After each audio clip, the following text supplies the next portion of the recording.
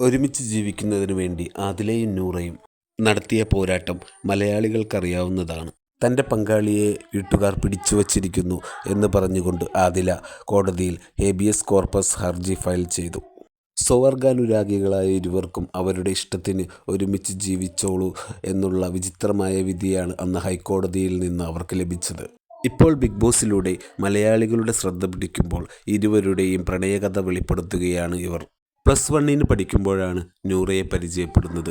അത് +2 എത്തുമ്പോഴേക്കും അവർ ഇരുവരും റിലേഷൻഷിപ്പിലാവുകയും ചെയ്തു. എനിക്ക് ഇവളോട് ഒരു ക്രഷ് ഉണ്ടായിരുന്നു. ക്ലാസ്സിലേക്ക് ആദ്യം വന്നപ്പോൾ തന്നെ ഇവളോട് ഒരു അട്രാക്ഷൻ തോന്നുകയും ചെയ്തു.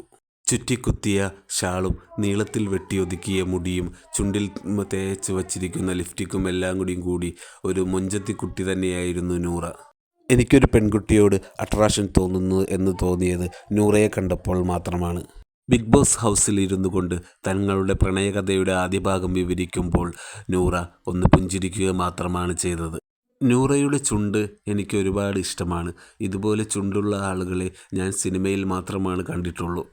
നമ്മളിൽ ഒരാൾ ആണായിരുന്നെങ്കിൽ നമുക്ക് എളുപ്പമായിരുന്നേനെ വിവാഹം കഴിക്കാൻ എന്ന് ഞാൻ അവളോട് പറയുമായിരുന്നു. അവൾക്കും അങ്ങനെ തന്നെ തോന്നിയെന്നാണ് അവളും പറഞ്ഞത്. അതോടുകൂടിയാണ് ഞങ്ങൾ രണ്ടുപേർക്കും അങ്ങനെയൊരു ഇഷ്ടം മനസ്സിലുണ്ടെന്ന് ഞങ്ങൾ രണ്ടുപേരും തിരിച്ചറിയുന്നത്. ആ സമയം അവൾക്ക് ഒരുപാട് വിവാഹാലോചനകൾ വരുന്നുണ്ടായിരുന്നു. ആ സമയത്ത് എനിക്കും ഭയങ്കര സമ്മർദ്ദം കൂടുതലായിരുന്നു. പെൺകുട്ടികളോട് മാത്രം അട്രാക്ഷൻ തോന്നുന്ന എന്നെ വീട്ടുകാർ ഒരു വനിതാ കോളേജിൽ കൊണ്ടുപോയി ചേർത്തു എന്നും ചിരിച്ചുകൊണ്ട് ആദില പറയുകയുണ്ടായി.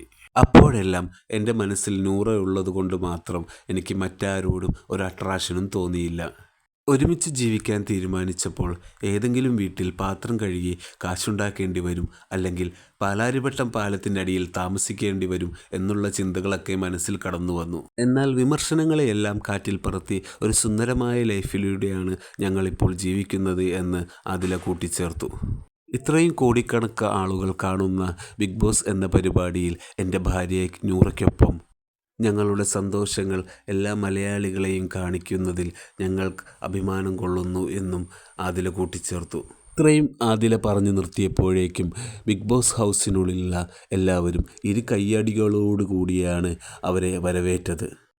അതേസമയം ആദിലയും നൂറയും പോലുള്ള ലെസ്ബിയൻ കപ്പിൾസ് സമൂഹത്തിന് നൽകുന്ന വളരെ മോശമായ അനുഭവം വളർന്നു വരുന്ന തലമുറയെ യുവതി-യുവാക്കൾക്കിടയിൽ എങ്ങനെ സ്വാധീനം ചെലുത്തും എന്നുള്ളതിനെപ്പറ്റിയും സോഷ്യൽ മീഡിയയിൽ രൂക്ഷമായ വാദപ്രതിവാദങ്ങൾ നടക്കുന്നുണ്ട്.